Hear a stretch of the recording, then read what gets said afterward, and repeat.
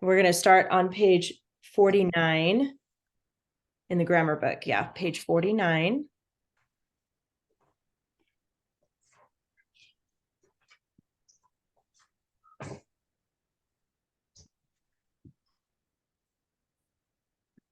Okay. Talking about interjections. I think we talked about this in your last grammar book, but there is a song, and I don't even feel like singing this morning, so I'm not even going to sing it for you. You can just imagine it. That's a first. I know, right? You're welcome, Josh. I'm sparing you. This is when there's a expresses an emotion. You probably remember the Schoolhouse Rock one where they're saying, "Oh, wow," and "Oh, no," and "Watch out," and things like that. Those are interjections. And most of the time it has an exclamation mark, but sometimes it just has a comma, depending on what it is. So here we have grr. And, I don't know if you use that in your text. I have friends that use that kind of a lot when they're mad, or ugh, UGH or grr. Oh yeah, I have friends that use, I don't but use that, but some people do. I don't know anyone that goes grr. Grr. Yeah. It's like you spell Tigger, Oh, Tiger. oh, yeah, there you go. I forgot about that. That's cute. Yes. So just like I guess it's like a grunt, like a, but anyway, grr. That one obviously has an exclamation point. So they're upset about something, but that is an interjection. And then the man's cub is mine. Grr. And then this one doesn't have such strong emotion. So it's more like, oh, like that. Instead of, oh, it's like, oh, we'll see about that. Or, oh, we'll see about that. Whatever. But anyway, this one has a comma. I guess you just have to use your own discernment on how you think they're saying it to decide if it has an exclamation mark or a comma. And you'll just label them from now on INT when you see that. Then we're talking about the run-on sentence, and usually a run-on sentence is a really long sentence. You probably remember when you were little, or somebody young that writes and then, and then, and then, and then, and then. Every little child in the world. Trust me, I used to teach first and second and third grade, and oh my gosh, all the time. They just couldn't You, think of anything else to say, but they wanted to get it all out. So it was like this one giant sentence. So anyway, you poor soul. thank you. Yes. That's where I started. When I first started teaching, I started in first grade. And those kids are so like wild. Just they have a lot of energy, and it's really hard for them to focus, and it's really hard for them to sit still. So I felt like I was like standing on my head and juggling and doing like big motions with my hands. And I'd be like, okay, over here, everybody look over here. It was great until, for the first hour. And then after that, it was just exhausting. But anyway, so I'm I done. don't know how you'd be able to do that for an hour. Yeah, it was hard. I was worn out, but I prefer teaching your age now, because now we can just joke around and be sarcastic, and you get my jokes and you get my humor. So the little kids would be like, huh? Like they didn't know what I was talking about. They So, don't know sarcasm yet. no, they don't. They don't. Everything's literal when you're little. Yeah. And when you get this age, you have to try to be literal. Yeah, it's like an effort, huh? Yeah. That's funny. Sometimes I just don't want to give any effort. Yeah. I'm my husband's family, they love sarcasm. Like they're like you. Okay. They're always sarcastic. And when we first got married, I was always like, man, why are they so mean? That's just so mean. They're talking like that. And my husband's like, dude, they're not serious. Okay. Stop taking it so seriously. So now I can dish it back, and it's all good. But yeah, some people like thrive on sarcasm, like you, Josh, for example. Anyways, okay, moving on. And that's not a bad thing, I think, because you're funny too. So that makes it fun. No, I have ever met has ever thought I was funny. I think you're funny, seriously. And then when you get your brother with you, you guys are even funnier to me. And then put Michaela in the mix, and it's like total entertainment Because for we me. abuse her with it. I know, but she can take it. She can take it. I was like the little sister in my family, so I had to take the teasing and stuff all the time. I'm used to it. Oh, I've always Probably been the is one too. that was always teased because I have four older siblings, older than Joey. Okay. So So you're the youngest, mm, technically? Okay. Yeah. by 2 flipping minutes. Two flipping minutes, man. Dang, that's not much. Nope. Yeah, I'm the youngest by a long shot. Well, my mom never wanted me to feel like I was an accident, but let's be real, I was an accident. What can All I my older say? siblings were an accident. Oh, you They were the were only all one. that. No, they were all that 1% of birth control. My mom's even said it. They were all Oh my that 1%. gosh, that's funny. Wow. Okay, that's some kind of record right there, man. Every time I All see them, accidents. I'm like, "You were an accident. You know that?" They're like, "What are you talking about?" Yeah, you were the 1%. Oh, that is funny. Well, I mean, one accident makes sense, but a whole bunch of them, I don't know. All four of them, and then me and Joey were That one seems person. like I don't know. That seems like it's not quite an accident, but who The knows? birth, no, because my mom was married before, and Okay. so who was with him, and so she got Okay. pregnant 4 times, and she's like, "You better not have another kid." But that was when she had the three. And she got pregnant again, and he was like, "I'm done. We're getting a divorce." Oh, oh, So then my dad came along, and oh so my here God. I am. And here you are. There you go. See, I'll and you tell were you another planned. story. It took 3 people to get me into this world. Well, Does that hey, make we're any glad sense? you're here. The world would be so boring without you, Josh. So hey, it's you were meant to be here. So this is good. But does it make any sense that it took 3 people for me to be a Yeah, you part of could this? just leave that part of the story out of it probably when you talk to people. It's not that bad though. That's funny. No, But it's funny. it took 3 people because it took my dad, my mom, and a doctor. Oh, okay, well, that What do makes you sense. think I was saying? I don't know. Anyway, moving on, Josh. Let's move on from You this thought of topic, something. please. Let's talk about run-on sentences, shall we? That's All terrible. right. So run-on sentences are when you have two or more main clauses that are connected without any punctuation, basically. So you have to have a period after each main clause. Some people put a comma because they feel like they should, and it's actually considered a run-on. So here's your example. Mowgli grew in stature. Shere Khan waited. That's kind of weird because they're two completely different thoughts there. And just putting a comma there is not working. That's a comma splice, basically. Here, Mowgli grew in stature, period. Shere Khan waited. So two separate thoughts. They both have subjects and verbs. They're complete sentences. So really the best way to fix it is put a period in between. And then here, Mowgli grew in stature and Shere Khan waited. I still don't like this one, but it is a way to fix a run-on. Another way to fix a run-on is to connect the clauses with a comma and a coordinating conjunction. So you don't ever want to just put a comma. You need a coordinating conjunction and a comma for that example. Here, Mowgli grew in stature and Shere Khan waited. It says it's grammatically wrong. If you connect two main clauses with a coordinating conjunction, you must have a comma before the coordinating conjunction. So that's the rule. Comma rules, we just kind of went over that before coordinating conjunctions. Remember, if you're saying three things, then you'll need two commas. But here you have Shere Khan fed the cubs, comma, but he also mocked them.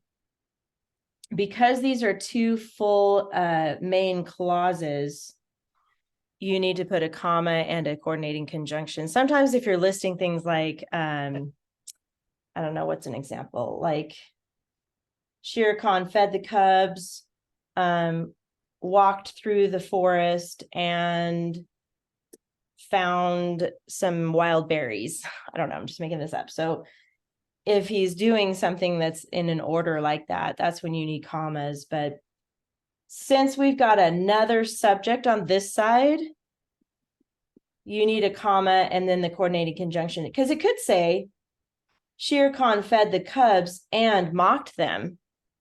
Then you wouldn't need a comma, but because they added this subject here with the two main clauses, that's when you do need to have a comma. Does that make sense to you, Josh?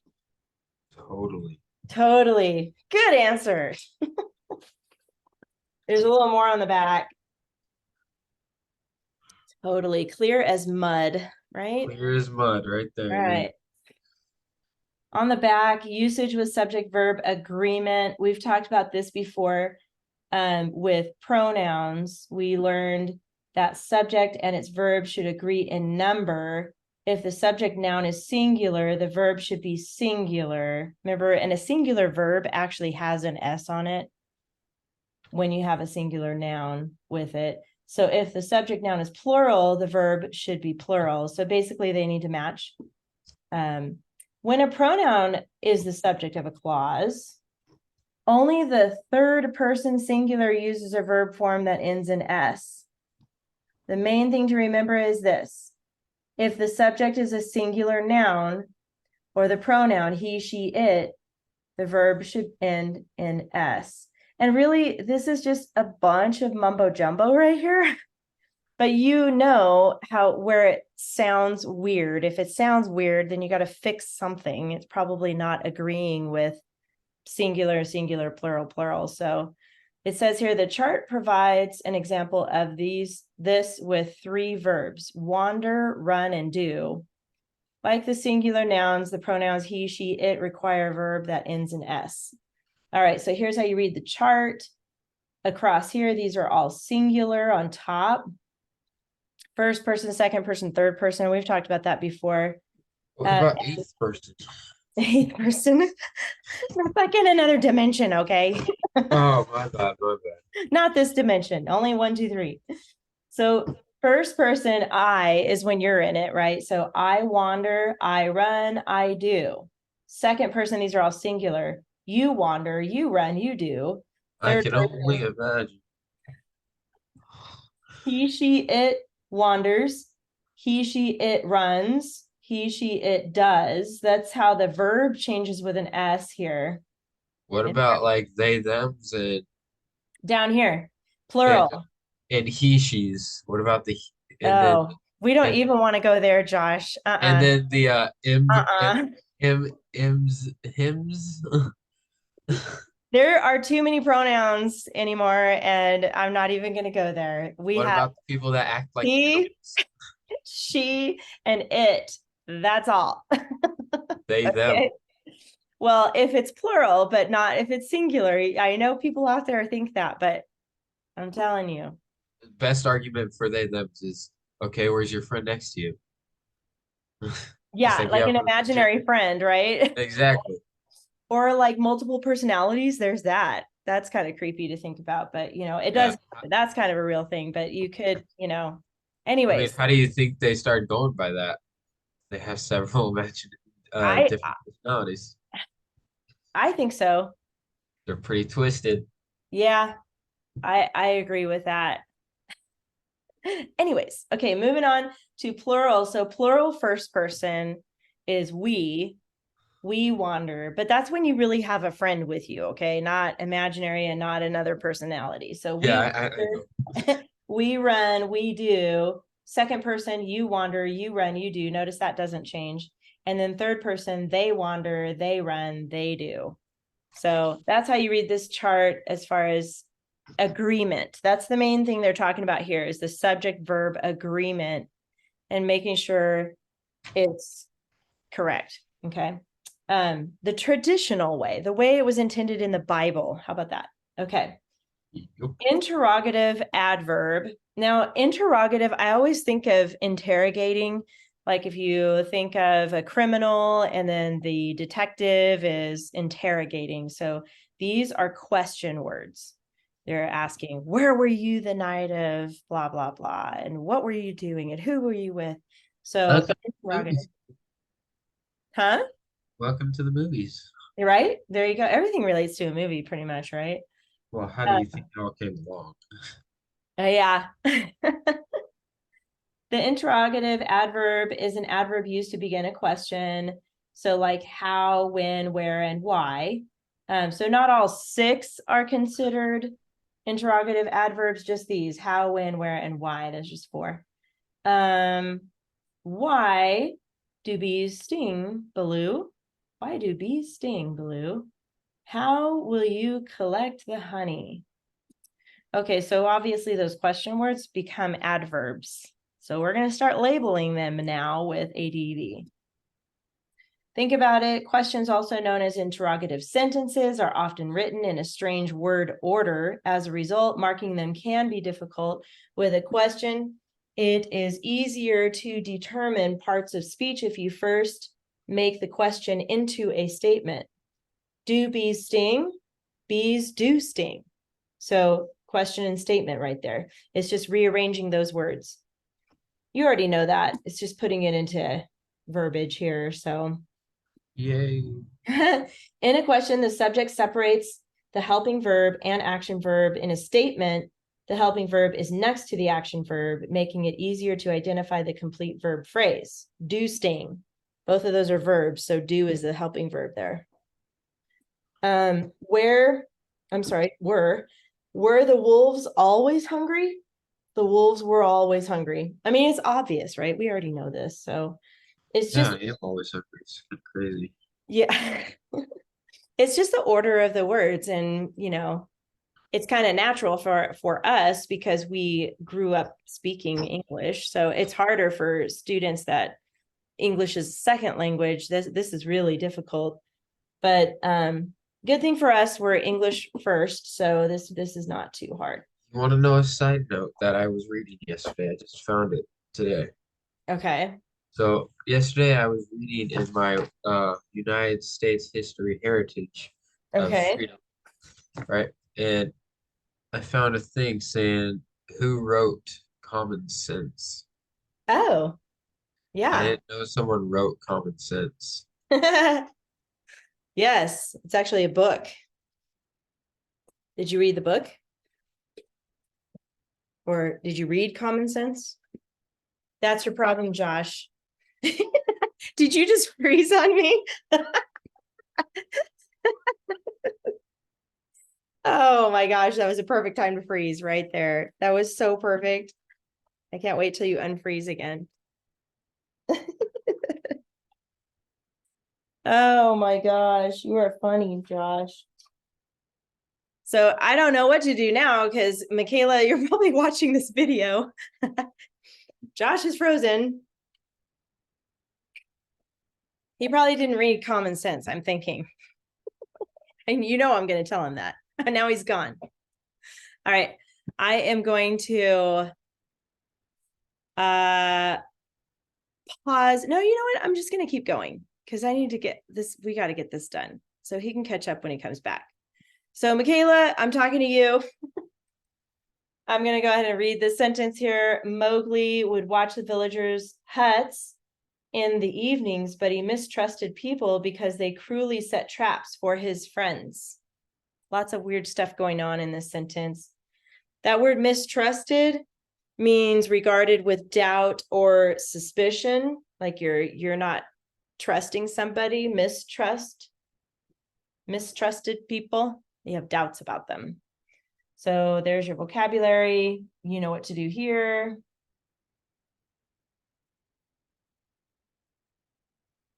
So we've got we've got also the 6 nouns. I'm just going to keep going until he comes back. Who knows what happened? Hopefully his internet is probably having issues. Nouns are huts, evenings, people, traps, friends. 1, 2, 3, 4, 5. I'm missing something. Oh, Mowgli. Pronouns are they and he. 2 pronouns, that was it. Coordinating conjunction is not for, even though for is part of the fanboys. Oh, I'm going to pause because I think that he's calling me right now. Let me pause this. Okay, so that was Josh calling me. His computer completely crashed, so he's trying to reboot it. So I'm going to continue because I know you need to see this lesson, Michaela. So we're just going to continue with the grammar, and when he comes in, we'll just keep going. So we got the nouns. Let's see. The coordinating conjunction here is but. Adjectives, villagers. And by the way, there's more than one villager, so we need to add that apostrophe after the S there. So it's the villagers' huts. And then the other adjective is his friends. Those are the 2. The adverb is cruelly. That has a ly. It's an easy one to spot. Main clauses. Mowgli would watch the villagers' huts in the evenings. We're not going to include that coordinating conjunction, but, and then we're going to continue here. He mistrusted people. And then we've got an adverb clause here. So we're not going to include that in the main clause. That's separate. So we got that. But the adverb clause, remember, this is www.asia.b. So because, put parentheses around it, to the end, and we're going to label it AC. 3 subject verb pairs. So the verbs first, would, watch, and mistrusted, and set, traps. Those are the verbs. Subjects, it was Mowgli would watch, so that's the subject there. And what else we got? They cruelly set traps. Oh, and he mistrusted people. The opener, you probably already know this, Michaela, is number 1. And this is also for Josh if he's watching this later, subject, because that is the first part of that sentence, number 1, subject.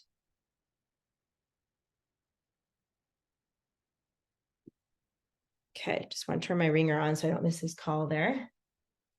Back to prepositional phrases in the evenings and for his friends. Those are the 2. In does not have a label and for does not have a label. That helps identify those super, super easy.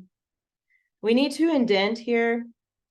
This is just a new character, a new situation from before. So we start a new paragraph here. The capital for Mowgli. Commas. We need a comma after evenings because this is one of those, the 2 main clauses are going to be connected together with a coordinating conjunction. And we just talked about that in the lesson, that the comma must come before the coordinating conjunction for the second main clause. That's 1 comma. And then here, we're going to take this one out after traps. It does not belong there because they cruelly set traps for his friends. Oh, by the way, well, let's mark that. End mark is period. Apostrophes, we added 1, but clearly this one needs to be taken out. His friends is just plural friends. So those are the apostrophes. That was like a super hyper mode practice of your grammar in fast forward. But look at that, we got it done. So there you go. All right, I'm just going to keep going. go ahead and put your grammar book away. And get your binder out. I was going to go over the homework with Josh, but so far he's missing in action. MIA. So the homework you should have turned in was Madame Marie Curie, the final report on her. Go back here and look really quick. It was just going to be 2 paragraphs. So you were doing your second paragraph this week. Make sure that you go back. Now that I have my ringer on, you can hear all my notifications going off here. But anyway, hopefully you used your checklist when you did that. I do have to say that, Josh, if you're watching this, you forgot lots of stuff. So look at my notes. I'm going to put notes on your homework later today. I haven't seen Michaela's yet. I know she's not feeling well. So Michaela, whenever you get a chance to turn it in when you're feeling better, there's no rush. I'm not going to take off points because I know you're sick. So anyway, I hope you feel better soon. So the checklist, very important. Okay, Josh, very, very, very important that you watch that checklist. Okay, so we're going to talk a little bit more about summarizing a reference. So I'm going to have you guys take some class notes. I'm just talking to myself today. That's okay. You know I don't have multiple personality issues. I'm talking to myself so that you guys have something to watch later. I don't have anybody here to tease me, so what do I do? Okay. Go ahead, you know what to do here. Label your paper. Today is 10/31/23, and we're just going to skip a line and call this class notes. And underneath that, summarizing a reference. Now, you already know a reference is like an article that gives you information about a subject. And there's facts that go with it. So we're into that part of writing in this class. It's basically report writing. Eventually, we're going to go more into research writing, but this same format, the same order of how we do things applies to the research part of the class, but this is more of a report style, academic writing, basically. So remember when we talked about this word summarizing before in class, I don't like the way this word is spelled because when you see sum, S-U-M, it makes me think of in math, the answer to an addition problem. It's like all of it together. All together is sum, S-U-M, in math. But really what you're doing is, and over here, skip a line, we're going to put the word sum and then rise like that. Okay, Josh is coming, so let me get him in here. Because what we're doing is really telling some of the information. He's logging in. Earth to Josh. Come in, Josh. Sorry, the gardeners are here now. The gardeners are there. Perfect. It's a great day. What can I say? But you're back. So I was talking to myself this whole time. We already did grammar by myself. So you can watch this later. It went really fast because I did it all. Okay, so now we're moving on to the writing part of the class. So you can put your grammar book away and do that later. And then get out a clean sheet of paper and just go ahead and catch up to where I'm at here, because I have a lot to tell you and I'm kind of trying to make sure to squeeze it all in here. So reviewing some of this, we've talked about this before, summarizing a reference. And really, it's better to spell it this way, summarize, because you're giving some information. Because whenever you do research or you're reading an article, there's usually a lot of information and you can't recall all of it. You have to pick and choose. So you're going to filter through the facts. Remember how we talked about that little funnel shape thing? So you got like a ton of facts and you're going to filter them through and narrow it down to 5 or 6, basically, for my class. That's all you have to focus on. So when you're summarizing, you're reading a lot of facts, but you're only telling some information. So you're going to, and I'm just going to do a little dash here. This is how I do my notes anyway. Pick some, just copy what I'm doing here so you guys can have this for reference later. Pick some facts that are interesting. That's the main one. Because remember, if you find it interesting, more than likely somebody else will find it interesting, because you don't want to collect a whole bunch of boring facts because nobody wants to read that. Or relevant or important. Those are the three things you're looking for when you're looking for facts. But I'm going to put a star here by interesting because I think that's the most important one. There might be important facts, like if you're doing a paper on a person when they're born and a little bit about their background and things like that when you're introducing somebody. Those would be considered important facts. But then you get into the interesting things, like what made this person famous, or what was it this person accomplished? All right, so you'll skip a line from there. And now we're going to number a couple of things. The first thing you want to find is your subject when you're writing a report. And that is basically, what are you writing about? The main thing, the big subject. For instance, Bakersfield. We'll use that because I know you live in Bakersfield, Josh. So the subject could be Bakersfield. It's a broad subject. It's a big thing to talk about. The second thing you're going to look for are the topics. And those are basically divisions of the subject. So for instance, Bakersfield, some topics could be like the weather and the shopping and the restaurants and maybe entertainment.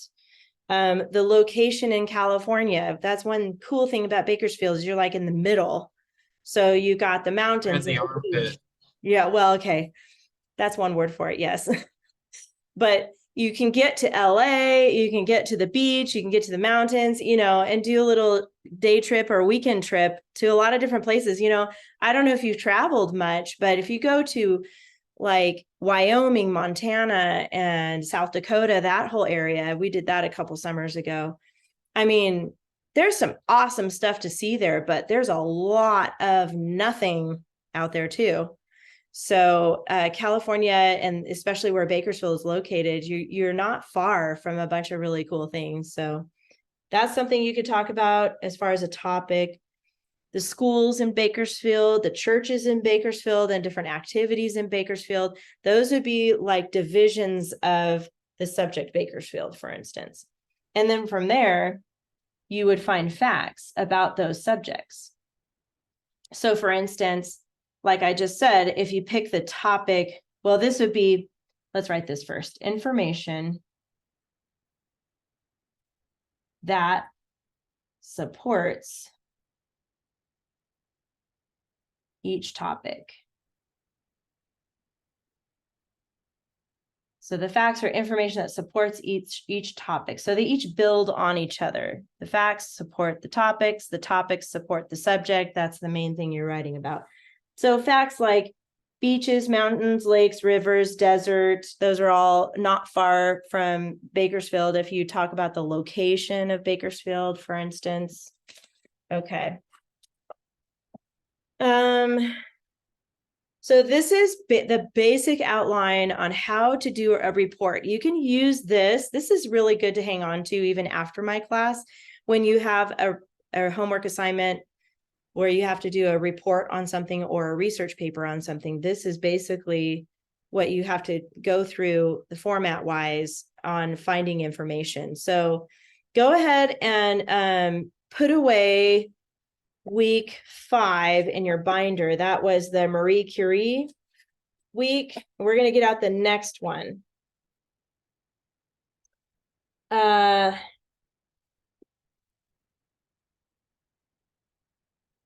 Marie Curie is going to go behind finished compositions. By the way, this page goes in a different spot, the yellow one. That one goes behind the model charts and outlines tab. So put this one behind the model charts and outlines tab.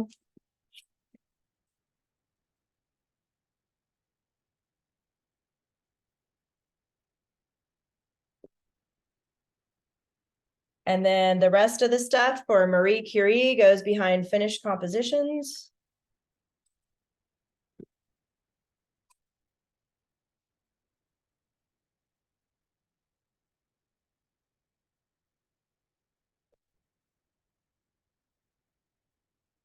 Okay.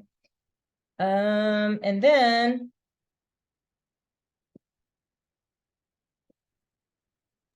Where did the yellow one go? this one, Marie Curie goes behind finished compositions. Is that the one you're talking about? Oh, that one goes behind model charts and outlines.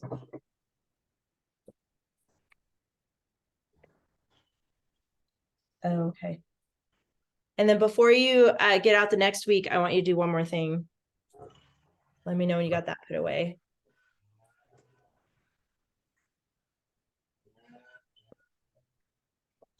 Okay. Go to, you got all that put away, Josh? Okay, go to stylistic techniques. Stylistic techniques in this yellow page here, 23. We're adding a new dress up. I don't have a yellow page there. Uh-oh. I don't know what to tell you about that. Is it in the front pocket maybe of your binder? This is page 23. This should be behind stylistic techniques. Maybe it got put somewhere else. It's yellow. It's page 23.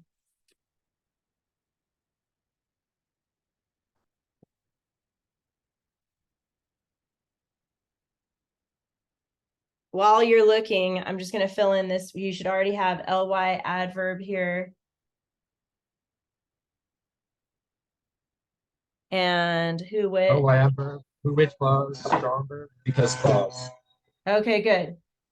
Strong verb, and then because clause, and then we're adding quality adjective. Number 5. So now you have 5 words to underline. By the way, Josh, super side note, I saw that you turned in your homework. I didn't even start reading it yet because I have to admit, I was a bit upset because you forgot to double space. Number 1, I've been like drilling that into your head for like forever. And number 2, I didn't see any words underlined, no words bolded or highlighted, and all the stuff that you have on your checklist wasn't there. So I need you to, I'm going to return it to you and I need you to look at your checklist. Okay. We'll go over that at the end, but I know I'm kind of like putting my teacher hat on for a second there, but that checklist, that's what you're supposed to go off of when you write your papers. That's how I grade your stuff. Okay. Rant over. Now go to source text tab at the very beginning. And you're going to go ahead and get out week 6. Madam C.J. Walker or Jackie Robinson. So pages 61, 63, 65, 67, and 69. So you've got 5 pages to get out. Once you see week 7, leave that there. Got all of week 6. Close up the rings.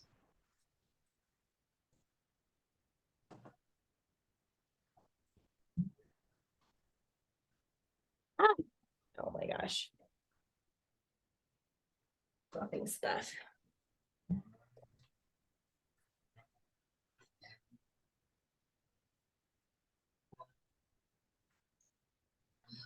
Week 6.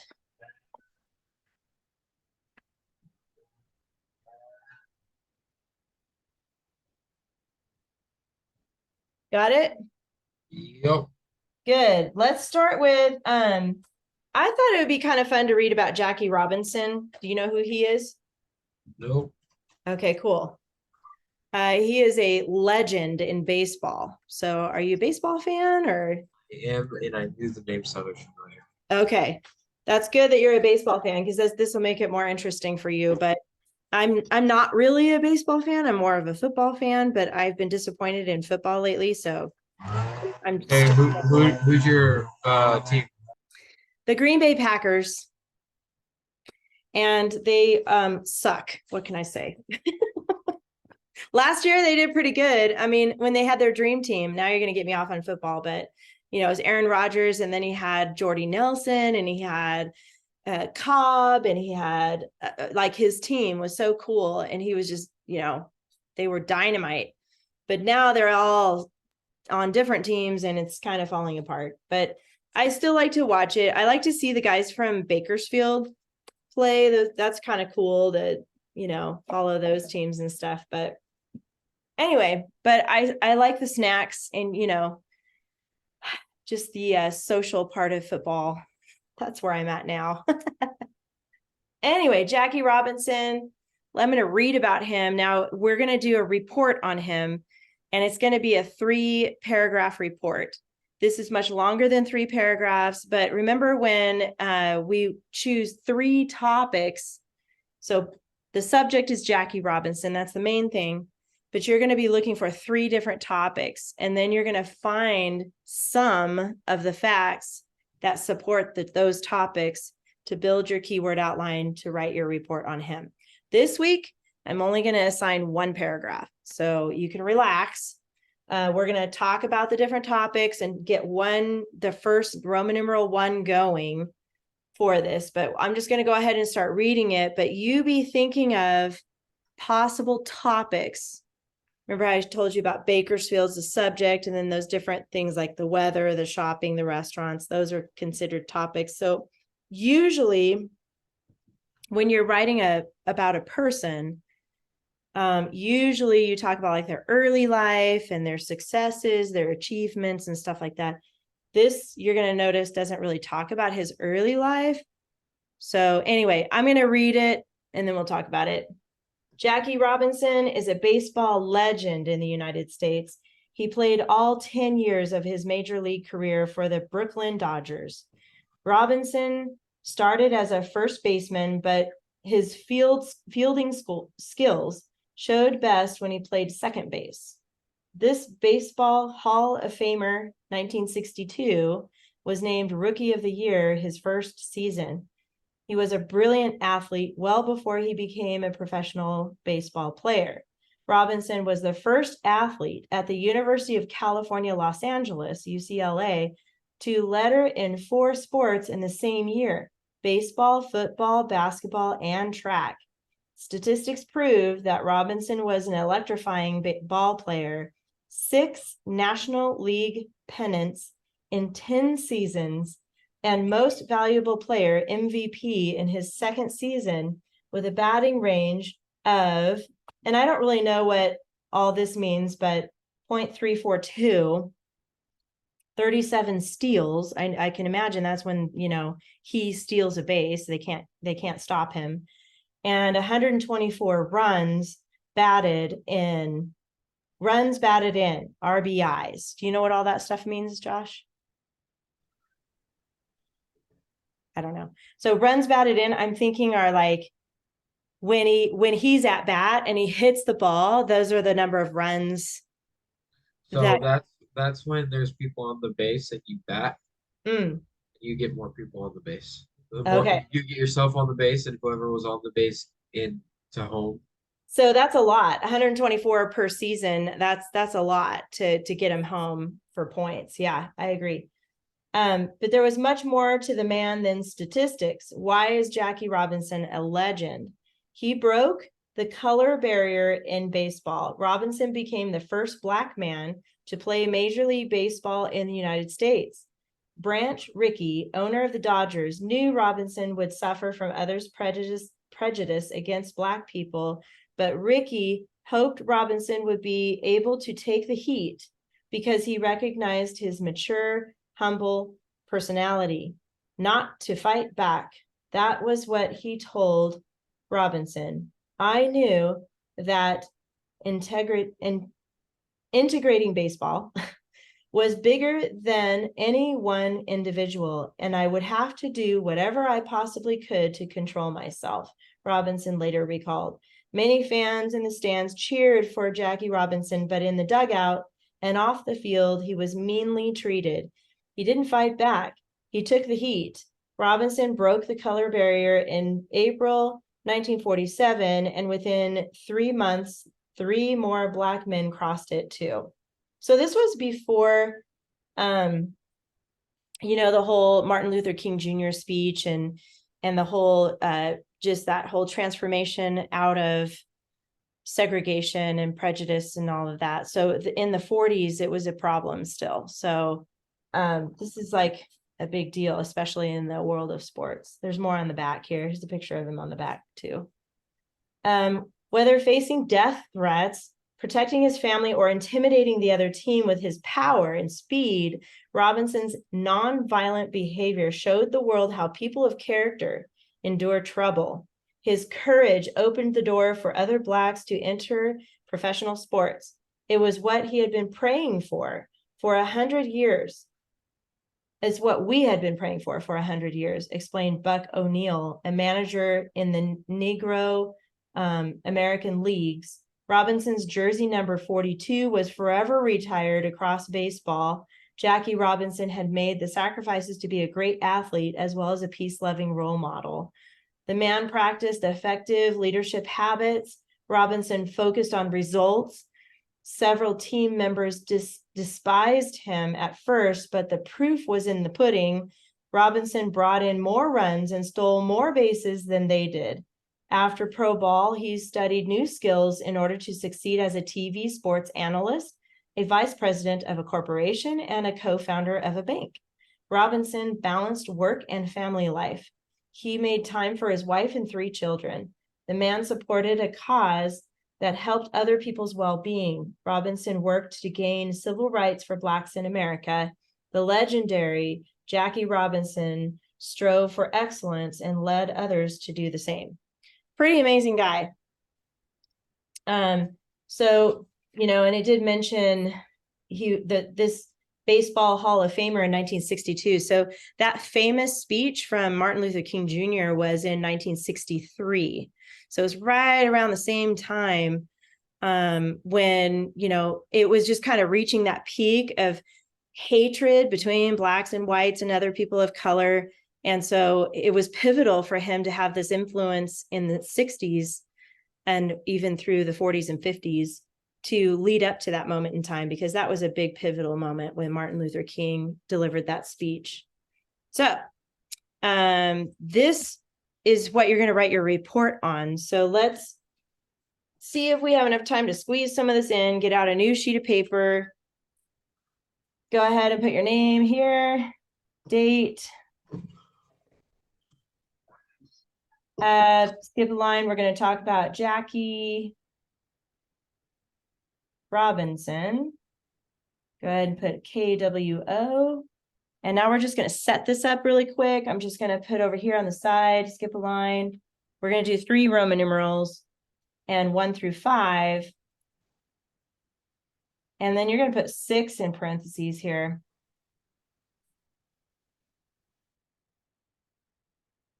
And skip a line, Roman numeral 2, same thing.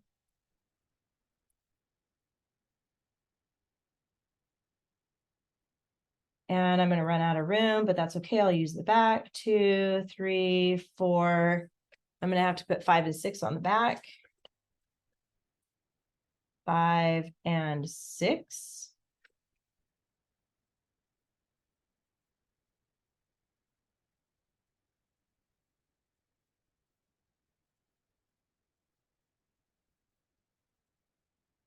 Let me check something really quick here.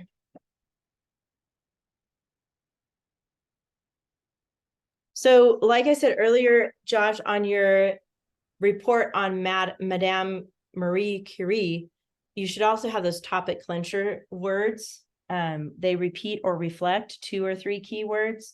So let's just put a note here on the side next to Roman numeral 1, and then down here by 6, clincher. So we've got the topic clincher here. And remember, that's when you're going to pick out those keywords that you're going to either repeat or reflect in your sentences when you go to write it. Okay. So for this report, you're only choosing 3 topics. And I think, just to help with the sake of time here, the first topic, obviously that first paragraph talks about how he was a legend. So that seems appropriate to start with that Jackie Robinson was a baseball legend. So, and we can put his name because when you have a proper noun, you can count it as 1. So I'm just going to put Jackie Robinson, baseball legend.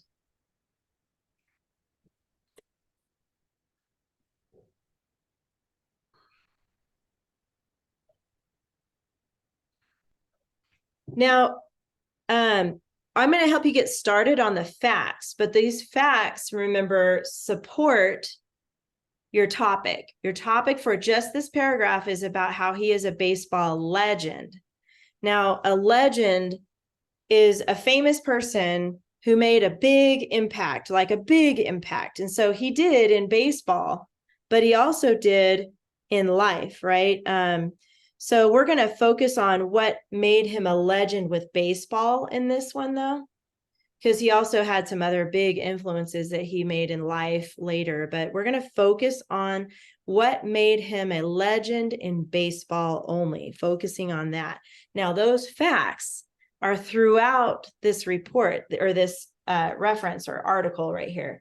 You've got information in each paragraph about how he was a baseball legend. A lot of it comes from the top here, but there's also other statistics. Remember that we read back here.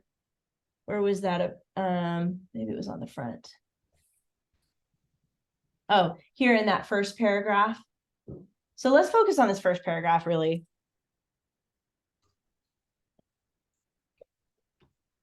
Here it's talking about he was a baseball Hall of Famer, but here he's talking about he was a brilliant athlete. I think that's where I'm going to start with my information because we're talking only about baseball for this first paragraph, like what made him a legend. So I think putting brilliant athlete would be good to put next here to number 1 as a fact to support him, this topic. But by the way, if you come up with something different, that's okay. If you find something different to put as your facts than I have, that's okay. Doesn't have to be exactly like mine. It also mentions that he was the first athlete, the very first athlete at UCLA to win a letter in 4 sports the same year. So in order to earn a letter, you have to be like the best of the best. So he did that. He was the best of the best in 4 different sports at UCLA. So I'm going to put here UCLA. That's going to be an abbreviation, so we don't have to count that one. And then I'm going to put the number 4 and then sports. And basically, you're just going to talk about how he was a brilliant athlete at UCLA. He was actually the first, wasn't he the first athlete to win? So he was the first one to do that. Maybe I'll put first right here by UCLA so I can remember that part. I'm just going to squeeze it in right there.